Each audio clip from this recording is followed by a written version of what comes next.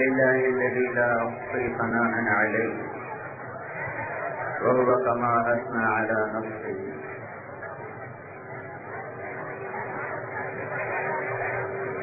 الحمد لله الذي ليس كمثله شيء وهو السميع البصير المتعالي عن الشريك والشبيه والبديل والنذير. لم يتخذ صاحبة ولا ولدا ولم يكن له شريك في الملك ولم يكن له ولي من الذل وأكبره تكبيرا.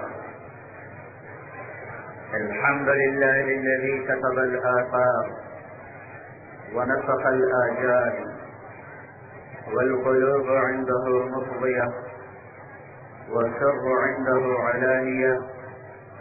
الحلال ما أحل والحرام ما حرم والدين ما شرع والأمر ما قضى. الخلق خلقه والعبد عبده وهو الله الرؤوف الرحيم.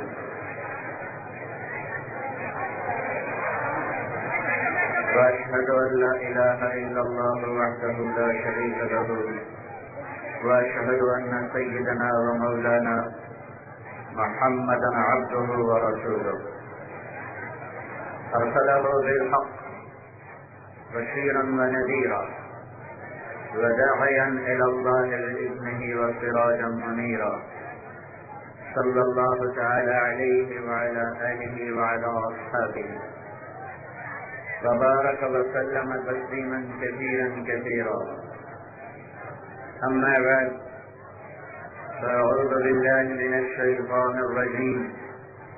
بسم الله الرحمن الرحيم.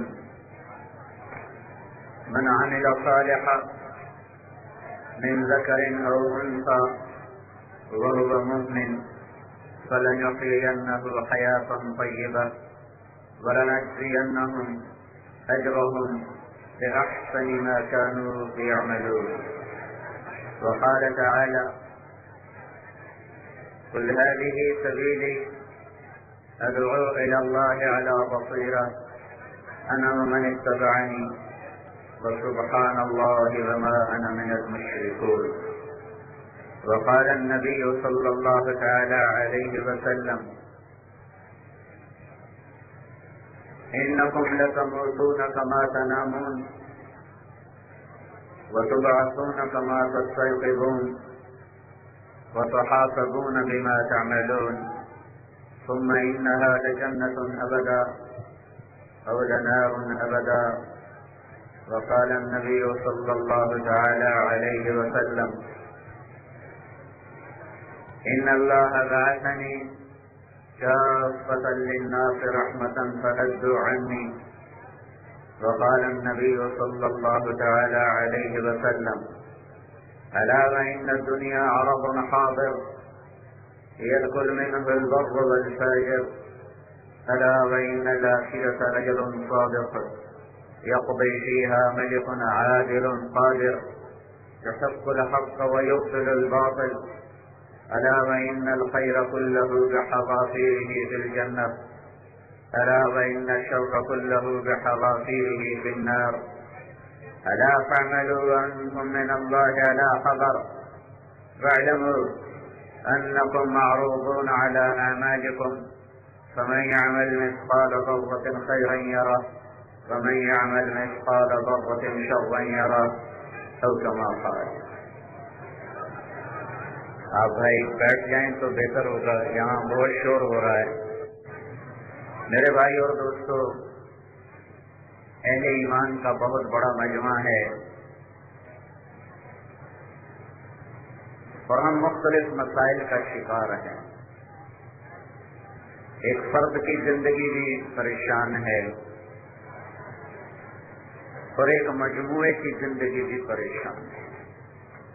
ملکی سطح پر بھی امت اور ہم بہت پریشانیوں کا شکار ہیں اور عالمی سطح پر بھی امت بڑے اضطراب میں ہے.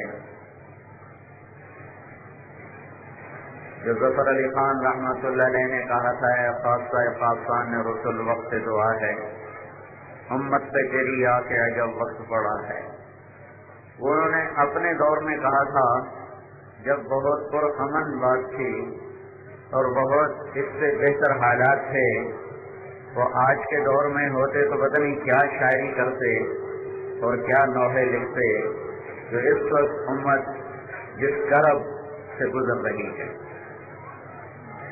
کیا اس کا کوئی حل بھی ہے؟ سارے دانشور جمع ہیں ملکی سطح پر، شہر کی سطح پر، کہ حالات کو بنایا جائے اور کسی کنارے کشتی کو لگایا جائے۔ تو اگر ہم اللہ تعالیٰ کی طرف رجوع کریں اور اللہ سے پوچھیں کہ کیا اللہ بھی اس کا کوئی حل بتاتا ہے؟ ایک حل کمشنر صاحب بتاتے ہیں، ایک حل DIG صاحب بتاتے ہیں، ایک نسخہ کوئی باہر سے آتا ہے مفکر اور کہتا ہے پاکستان کو یوں کر دیا جائے تو ایسا ہو جائے گا، ایسا ہو جائے گا۔ وہ سارے انسان ہیں، میرے آپ جیسے ہیں، غلط بھی سوچتے ہیں، صحیح بھی سوچتے ہیں، لیکن اللہ تو بے خطا ہے، اللہ کا علم بے خطا ہے، علم اس کی ذاتی صفت ہے، هو الاول والآخر والظاہر والباطن وهو بكل شيء علیم۔ وہ اول ہے، وہ آخر ہے، وہ ظاہر ہے، وہ باطن ہے، ہر شے کا علم اس کے پاس ہے۔ لا یضل ربی، فیصلے غلط نہیں کرتا، ولا ینسا، بھولتا نہیں، ما کان ربک نسیا، بھول سے پاک ہے۔ ان اللہ لا یظلم الناس شیئا، ظلم سے پاک ہے۔ وسعت رحمتہ کل شیء، اس کی رحمت اس کے غضب سے آگے ہے، اس کی رحمت نے ہر شے کو ڈھانپا ہوا ہے۔ تو میرا اللہ کیا کہتا ہے، جس نے زمین کو بچھایا، آسمان کو اٹھایا، ہواؤں کو چلایا، مجھے آپ کو نطفے سے بنایا، پھر ہمیں موت بھی دیتا ہے، پھر ایک دن ہمیں اٹھانے والا بھی ہے، وہ کیا کہتا ہے؟ تو اللہ تعالیٰ، میرے بھائیوں، اللہ سے بڑا خیر خواہ کوئی، اللہ سے بڑا قدردان کوئی، اللہ سے بڑا مہربان کوئی، میرا اللہ وہ یوں کہتا ہے کہ دنیا اور آخرت میں عزت پانے کا ایک راستہ ہے، اس پہ آ جاؤ، کام آسان۔ ان الدین عند اللہ الاسلام، ان الدین عند اللہ الاسلام، ان الدین عند اللہ الاسلام۔ میرے بندو، دنیا اور آخرت میں کامیابی کا ایک راستہ ہے اور اس کا نام ہے اسلام۔ اسلام کو چھوڑ کر کیا ہوگا؟ وَمَن يَبْتَغِ غَيْرَ الْإِسْلَامِ دِينًا فَلَن يُقْبَلَ مِنْهُ۔ اسلام کو چھوڑو گے تو اللہ کے دربار سے رد کر دیے جاؤ گے، مردود ہو جاؤ گے اور آخرت میں ناکام ہو جاؤ گے۔ اسلام کو چھوڑنے کے دو درجے ہیں، ایک پورا انکار، اس کو کافر کہتے ہیں، ایک میرا آپ کا انکار کہ ہم مسلمان ہیں پر اسلام سے چلتے نہیں، ہم اللہ کو مانتے ہیں پر اللہ کی مانتے نہیں، ہم اللہ کے رسول کو رسول مانتے ہیں پر ان کی راہوں پر چلتے نہیں۔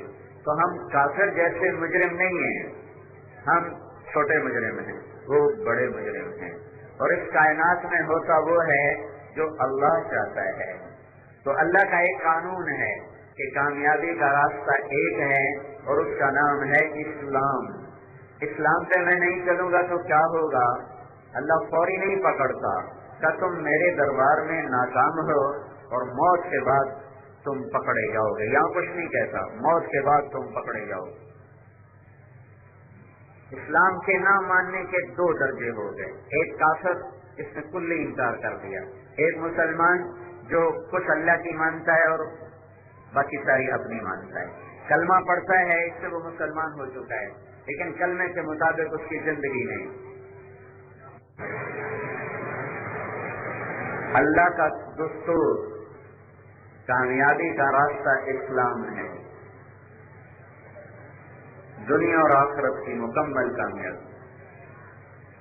تو اللہ ایک ذہن دیتا ہے پہلے اسلام پر ہم کیوں نہیں چلتے کہ اللہ کو سمجھا نہیں، اللہ کو پایا نہیں، مانا ہے ڈھونڈا نہیں، پایا نہیں، دل سے چاہا نہیں، دل میں اتارا نہیں، اللہ کے رسول کی سنت کے خلاف کیوں کرتے ہیں؟ تو اس سے عشق و محبت نہیں۔ ابو نواس نے کہا تھا اشبہت اعدائی فصرت احبهم اذ کان حبی منک حبی منہم۔ ایک عورت کے عشق میں کہہ رہا ہے کہ میں نے دشمنوں کو تیرے روپ میں دیکھا تو مجھے دشمنوں سے بھی پیار ہو گیا، میں اپنی عداوت ہی بھول گیا، میں اپنی دشمنی بھول گیا، میں نے ان میں تیرا روپ دیکھا تو مجھے میرے دشمن بھی پیارے لگنے لگے۔ یہ عشق کی بات ہے۔ میں اللہ کے نبی کے طریقے پہ کیوں نہیں چلتا کہ میں نے مانا تو ہے پر اس سے عشق نہیں کیا، اس سے محبت نہیں کی ہے۔ مجنوں نے کہا تھا لو ان لیل الاخیلیۃ سلمت علی ودونی جندل وصفائح لسلمت تسلیم البشاشۃ اوثقا الیہا صدا من جانب القبر صائح، کہ میں لیلا کو نہیں پا سکا لیکن میرا عشق ایسا صادق ہے کہ میرے مرنے کے بعد بھی اگر لیلا نے میری قبر پہ آ کر مجھے سلام کہا تو میں جواب دوں گا۔ اور آپ کو عجب واقعہ سناؤں، بڑی معتبر کتاب کا ہے۔ یہ دونوں چچا زاد بہن بھائی تھے، شادی کرنا چاہتا تھا، نہیں ہو سکی، نیک آدمی تھا، شاعر تھا، تو ایسی شاعری کی کہ سارے عرب کو رلایا اور آج تک پڑھنے والوں کو رلایا۔ وَهَلْ تَبْكِينَ لَيْلَا إِذَا مِتُّ قَبْلَهَا وَقَامَ عَلَى قَبْرٍ نِسَاءٌ نَوَائِحُ كَمَا لَوْ أَصَابَ الْمَوْتُ لَيْلَا بَكَيْتُهَا وَجَادَ لَهَا دَمْعًا مِنَ الْعَيْنِ صَافِحُ وَأَغْضَتُ مِنْ لَيْلَا بِمَا لَا أَنَالُهُ فَلَا كُلُّ مَا قَرَّتْ بِهِ الْعَيْنُ طَائِحُ وَلَوْ أَنَّ لَيْلَ الْأُخَيْلِيَّةَ سَلَّمَتْ عَلَيَّ وَدُونِي جَنْدَلٌ وَصَفَائِحُ لَسَلَّمْتُ تَسْلِيمَ الْبَشَاشَةِ أَوْزَقًا إِلَيْهَا صَدًا مِنْ جَانِبِ الْقَبْرِ صَائِحُ۔ یہ میں نے پورا قصیدہ اس کا آپ کو سنایا کہ وہ یوں کہہ رہا ہے کبھی تو میری قبر پہ بھی آئی نا اور تو نے مجھے پکارا تو میں تمہیں جواب دوں گا۔ اس کی شادی کہیں اور ہوگی۔ یہ قومس ترکستان میں ایک جگہ ہے، وہاں اس کا انتقال ہوا، اللہ کے راستے میں جہاد میں تھا، وہاں اس کا انتقال ہوا۔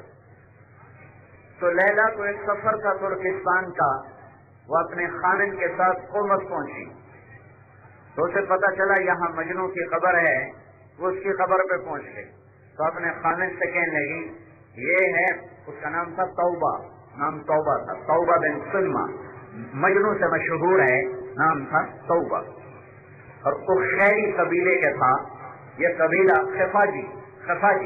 خفاجی قبیلے کا تھا۔ یہ قبیلہ مکہ میں آج بھی آباد ہے، مکہ میں یہ قبیلہ آج بھی آباد ہے۔ تو اپنے خامن سے کہنے لگی کہ یہ توبہ ہے جس نے مجھے میرے بارے میں کہا تھا لو ان لیل الرخیلیۃ سلمت، اگر یہ میری قبر پر آئی مجھے پوچھنے اور سلام کرنے تو میں اس کے سلام کا جواب دوں گا۔ اس نے یہ شعر پڑھا اور رب ذوالجلال کی قسم قبر سے آواز آئی